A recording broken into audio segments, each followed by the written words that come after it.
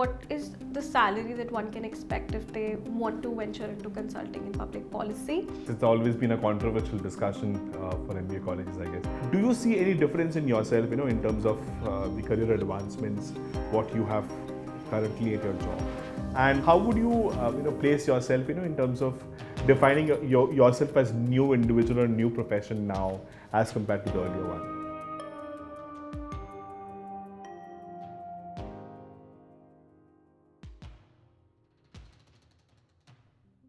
Hi, my name is Navleen Bali and I graduated from SOIL last year. I'm currently working with Genpact in the capacity of a project manager transitions function. Before joining SOIL, I had a completely different experience. It was in life sciences from the University of Delhi, and it was back then when I decided that somewhere down the line, after I gained certain amount of experience in the industry, I would like to do an MBA. And yeah, that's about it. I've just started my role and I've completed my 6 months milestone just 10 days back, and it's a beautiful journey. All right. I mean, that's lovely to know about you, Navleen. Welcome.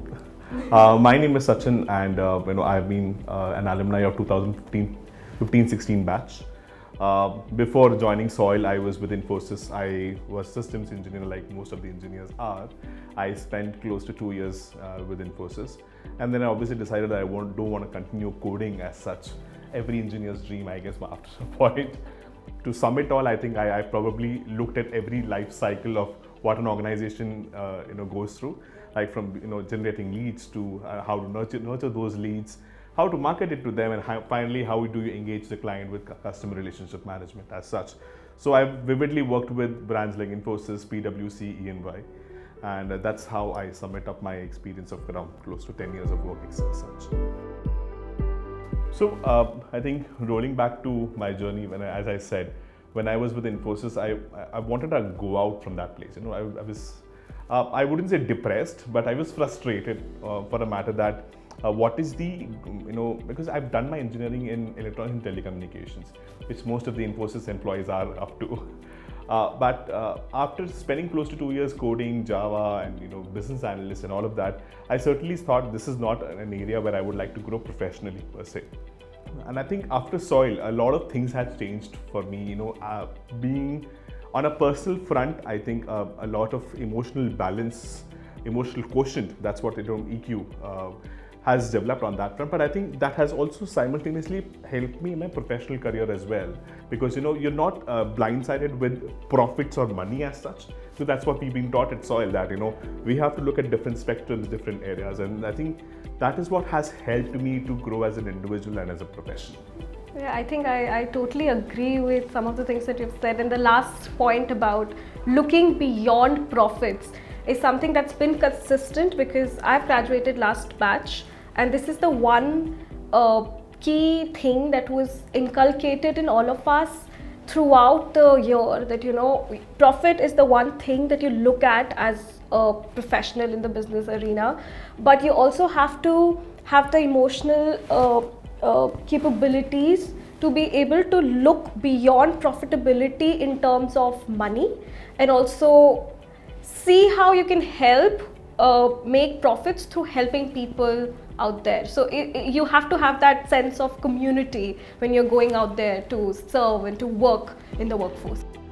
I think students who are ready to give one complete year without not without, but who are ready to get into the gear of the course, because it's 1 year rigorous course. You will have no time to breathe as such. There is no vacation time in that 1 year, because you have lectures, you have assignments, you have so many things, case studies to do, placement preps and everything. So I think students who are mentally prepared that they want to dedicate one complete year without wasting any time, and getting into the rigor of from being X to being Y, and that mature product. So people who are mentally ready, they should take up the course for 1 year. But people who think they need little time in terms of maturing and understanding. So I think people who have yet to self-reflect and yet to acclimatize themselves, in terms of how that management world would look like after doing that course. So yes, I think then they should take up this 2-year course. They get into that entire mode But I think people who are very clear, they know what are their objectives, they know what where they want to be in their life, and people also who are, pretty understand what is an opportunity cost of, for 1 year they should probably take up the course for 1 year. I think I was fortunate enough to being interviewed at one of the big fours, which is I think initially PwC. I think there are few factors, which is very, very important for you to, and if you really dream of being a part of such organization, is one, you have to be extremely clear in terms of what you are, what you have been doing, and how will that, how will you utilize that experience, into the benefit of the future organization. Second is your connections, because we take it very lightly, in terms of building that rapport, building that connections with the outer world. But trust me, it's the only way where you can switch from one place to another.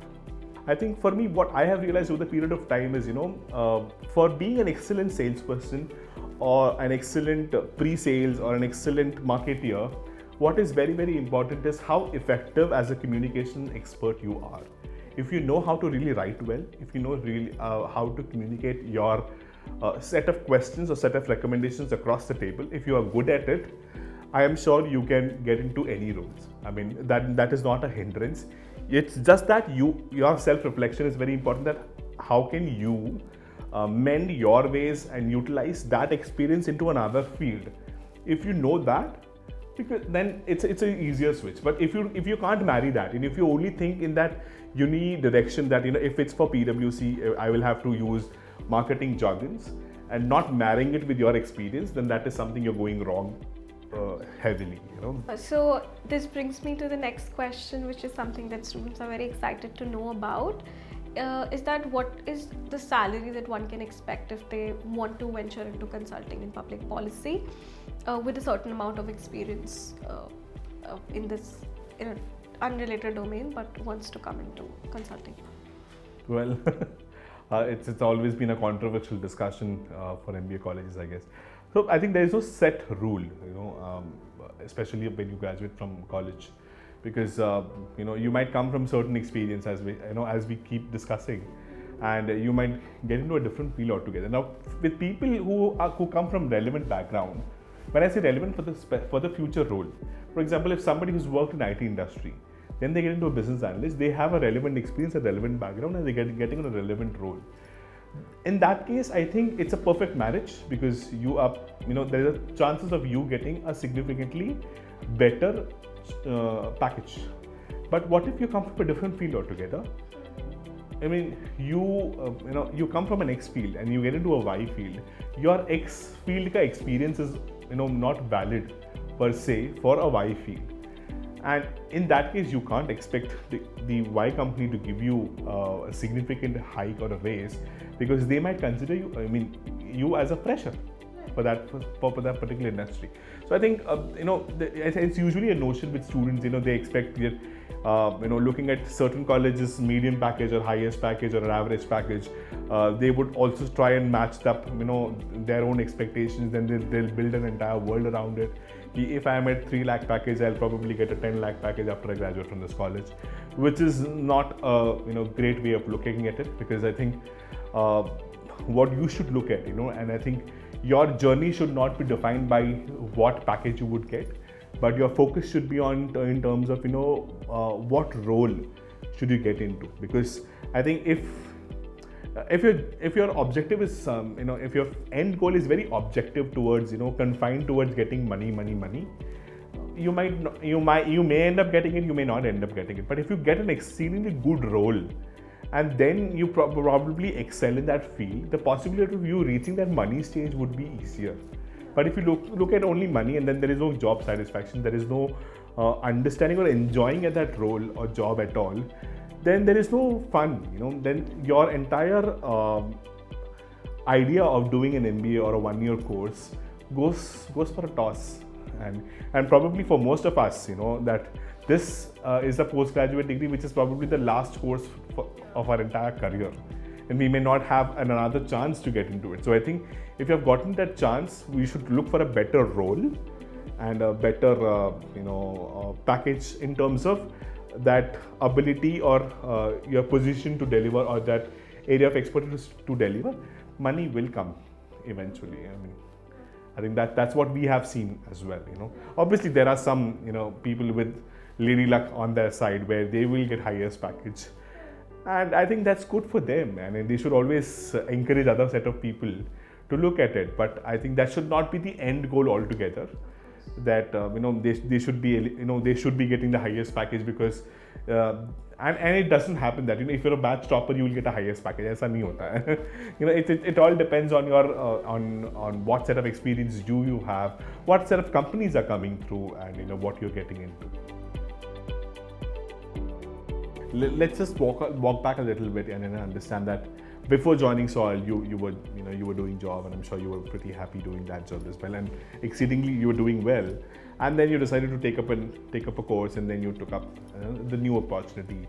Do you see any difference in yourself, in terms of the career advancements, what you have currently at your job, and how would you place yourself, in terms of defining yourself as new individual or new profession now as compared to the earlier one?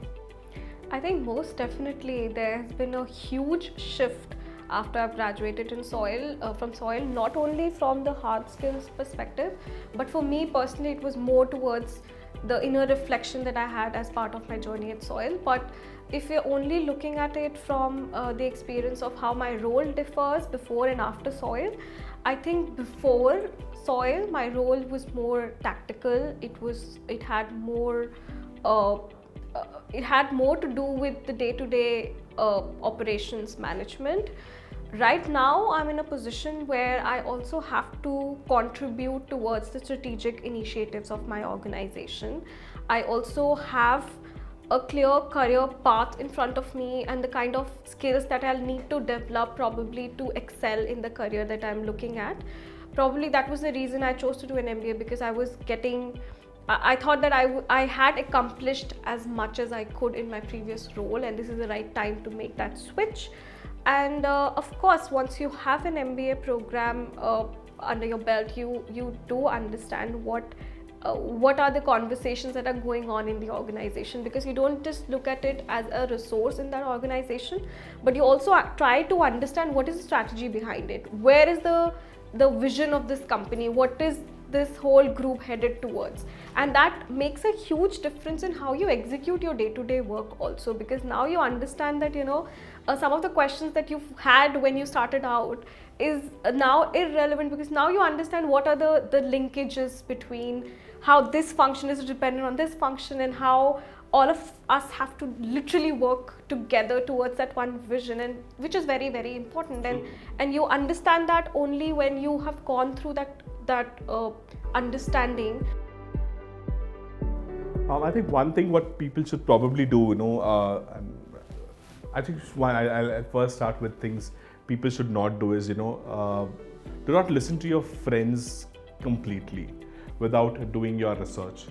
For example, if you're taking up a role and there's an organization and you want to get into it, you probably got through it as well, but you have questions, you have those second doubts, should I take up this role or not? And then you obviously end up asking a lot of friends. You might ask your best friend, you might ask your batchmates, and then you start clouding your judgment basis on their experience. Now, the fact is, sometimes when you ask these questions, you know the answer, right? But you just want the opposite person to tell what your answer is. And that's when you think you're going in the right direction. But if they give you another answer altogether, you start doubting. You start have that entire cycle of self-doubt. Should I take up this role or not? I think what I have learned is while you may discuss this with your friends or not, always trust your instincts. Go with your instincts, because your instincts is probably it's out of so much of your self-reflection. Your instinct is not generated just out of some morning ritual or something like that. It is out because you have known yourself so well that that instinct is out of something. You probably want to do it because there's something inside you that is telling you to do that. So I think that is something I've learned all this while. Second is your learning should never cease. When I say that, it's not only through reading or knowing it otherwise. But I also take that as a feedback. Never stop taking feedback from your friends, from your peers, or from your seniors, because this feedback will always keep you grounded. How much of a success you reach, how much of accolades you have to your credit, but if you don't take these feedback seriously, that self-reflection, that self acknowledgement might just wither off. So be that always keep yourself in that cycle of but that also brings me to the point, don't take every feedback seriously, because then you will again start having that. But you should know when you get a feedback, which one should you follow and which one should you not, which one should affect you, which one should not affect you. But I think because that is also something which you learn at Soil as well, that your peer feedback, your peer discussion is extremely important, because sometimes somebody else's experience might help you to choose a right a right path, or a right decision for that matter. But at the end, it has to be your instinct that supports that entire confusion per se. So I think with the recent advancement in technologies, and the fear within people that will AI replace human being? Will we have no roles left for as basic work like content writer? There will be no content writer, because the moment you put that in ChatGPT, you get a much 10,000 times better content than any content writer would ever give you, along with sources and so and so. But is this something which we as a profession should be worried about? I think yes, to a certain extent, but also no, because this AI cannot give you a customization, cannot give you a personalization, cannot understand the context through which you're writing. For example, I want to write an email to my client stating, these are the set of offerings I have. What AI can do is, put it in the best format, put it in the best, maybe use best of the vocabulary, which even I can't even think about it. But unless I don't tweak it to the needs of my clients, and if I don't do that, the client will first understand that this has been written by somebody, because it doesn't match of what discussion we have had. It doesn't match the requirement what he was looking for. So to a certain extent, I think as individuals, as we are running along the mill, we will have to understand the technology absolutely well, so that we use it to our benefit and not give it our work to them. If you want, you use this technology to enhance your work, to probably optimize your work and ensure that if probably you're delivering 3x, these technologies are enabling you to deliver 4x or 5x. But that will how you will differentiate yourself from the other human beings in the organization. So yes, understanding these technologies, utilizing these technologies is extremely important. You can't be ignorant in today's world. You just can't say I don't want to use a touch screen. This is not 2003 कि नहीं मेरे को वो dial pad वाला ही phone use करना है. I don't want to use touch screen. But no, today 95% of the human beings have touch screen on their phone. So you can't say no to a technology. You will have to walk through it. It's just that you will have to acclimatize yourself and your work to that technology, so that you stay relevant even in 2023, 43 or 63. I hope I'll be alive till then. So yeah, I think I would like to just bring back my experience from life sciences, which is around evolution. And you always have to adapt. That's the whole process of living. So as a biological being, you have to adapt to be able to survive in this environment. And rightly so, you even in your workplace, with the generative AI coming in, and the lot of questions around what will it do for you and how will it help me, or will it make me redundant. I think the only way forward is to be able to adapt to it, and understand it, because if you're not able to understand and adapt to it, then you are endangered, my friend, because like any other species, if you're not able to do that natural adaptation, then you won't survive, because the survival of the fittest.